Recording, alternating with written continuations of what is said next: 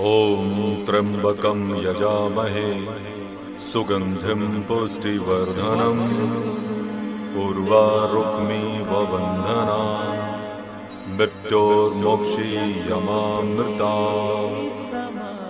आप सारे super human को राजेश सिंह की तरफ से आदाब, प्रणाम, नमस्कार, सत श्री अकाल। कैसे हैं आप सभी? उम्मीद करता हूं कि काफी अच्छे होंगे, काफी बल्ले बल्ले होंगे। क्यों ना हो, हम सभी एक ही सुप्रीम पावर के बनाए हुए अनमोल रत्न हैं। तो अगर हम सभी अच्छे नहीं होंगे तो कौन होंगे? तो चलिए आज हम फिर ऑडियो के माध्यम से आप सबके सामने आज हम उपस्थित हुए हैं। तो कुछ नई जानकारियां हम आपको शेयर करना चाहते हैं।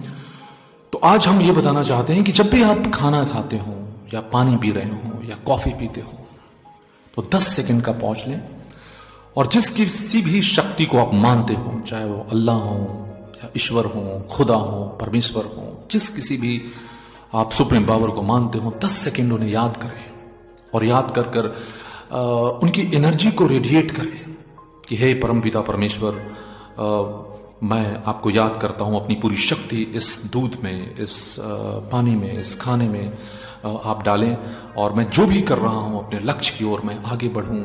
हमारे एक एक सेल को एक्टिवेट करें, हमारे मानसिक शक्तियों को बढ़ाएं। हम जो भी करें वो 100% उसमें हम दे सकें, बेस्ट हो और काफी मेरा मान सम्मान नाम हो। इस तरह से जब एनर्जी को रेडिएट करके जब आप खाना खाती हैं या आप पानी पीते हैं या दूध पीते हैं तो आप यकीन माने बहुत फर्क पड़ता है हमारे शरीर के ऊपर। ये रिसर्च की हुई बातें हैं। अगर आप 2 महीना अगर आप इसे ट्रायल के रूप में एक बार करके देखें तो वाकई आपके परिवार में, आपके बच्चों में काफी बदलाव महसूस होगा। लोगों ने किया है।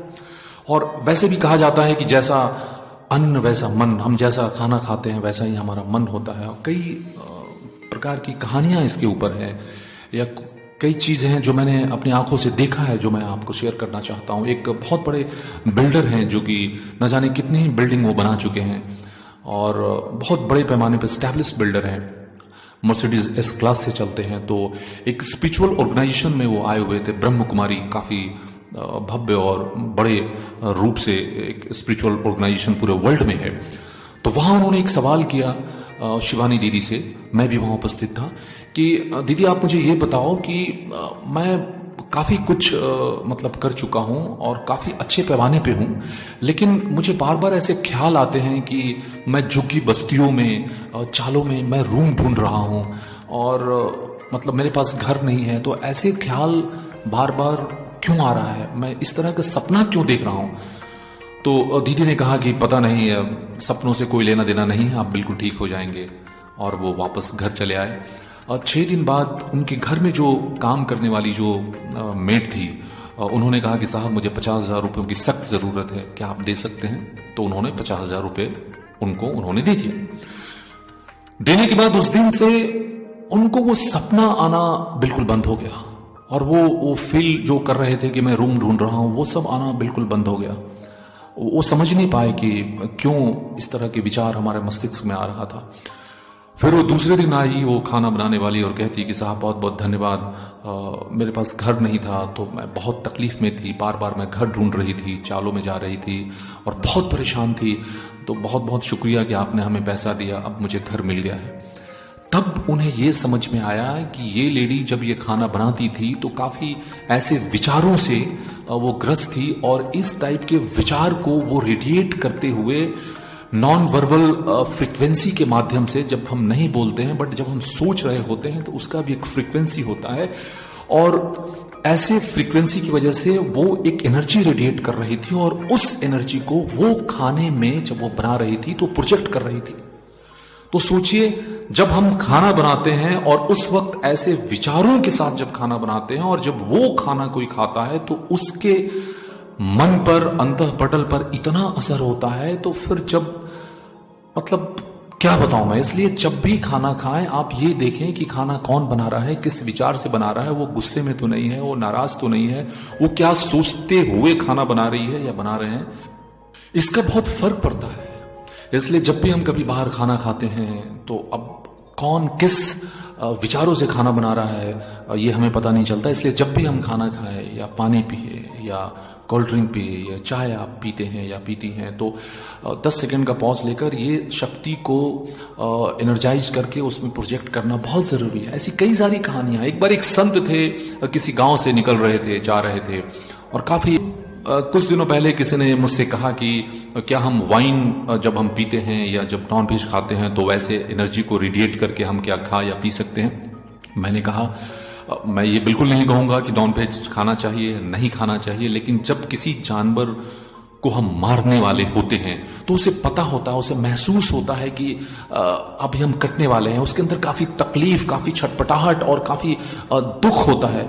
और जब वो मतलब काटा जाता है तो वो उसकी फ्रीक्वेंसी, वो वाइब्रेशन उसके शरीर में जा चुका होता है, और वही 10 दिनों बाद हमारे प्लेट में आता है एक एनर्जी डाइट के रूप में, जिसे हम एनर्जी डाइट कहते हैं। लेकिन वो energy diet which type of frequency, मतलब हमारे जीवन में क्या दुख, तकलीफ और फ्यूचर के प्रति डर कम है क्या, जो हम दूसरों की तकलीफ और डर को हम अडॉप्ट करें।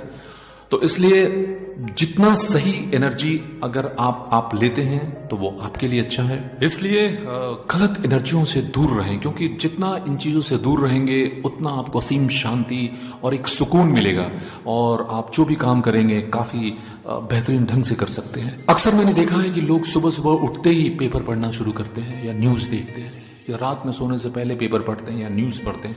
ऐसा कभी भी ना करें, क्योंकि जब सुबह सुबह हम पढ़ते हैं और बहुत सारे ऐसी अनवांटेड न्यूज़ को जब हम अपने अंतःकरण में बैठाते हैं तो हमें ये लगता है कि हमने पढ़ के ख़त्म कर दिया, लेकिन वो ख़त्म नहीं होता है, बल्कि हमारे अंतःकरण में वो बैठ चुका होता है।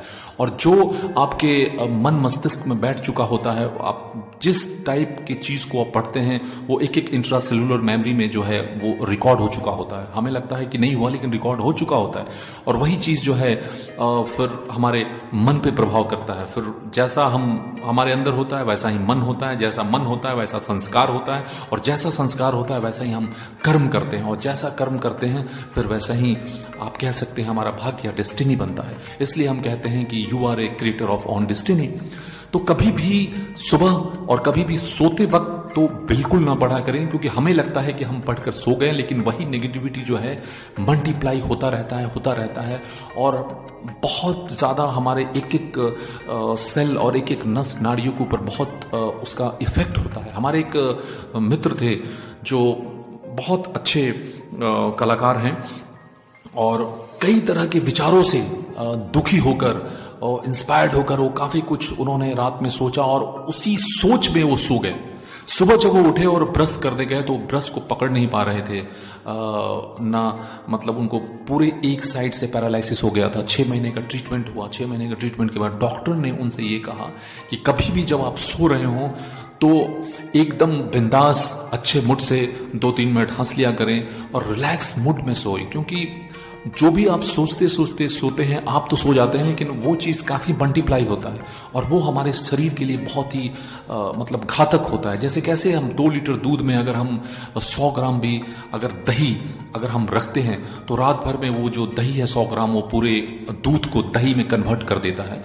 तो उसी तरह 1-2 थॉट्स नेगेटिव विचार जो है हमारे पूरे पॉजिटिव विचारों को भी नेगेटिव में बदलकर और हमारा पूरा जो है सिस्टम को वो गड़बड़ करता है। इसलिए कभी भी सुबह और शाम इन चीजों से दूर रहें।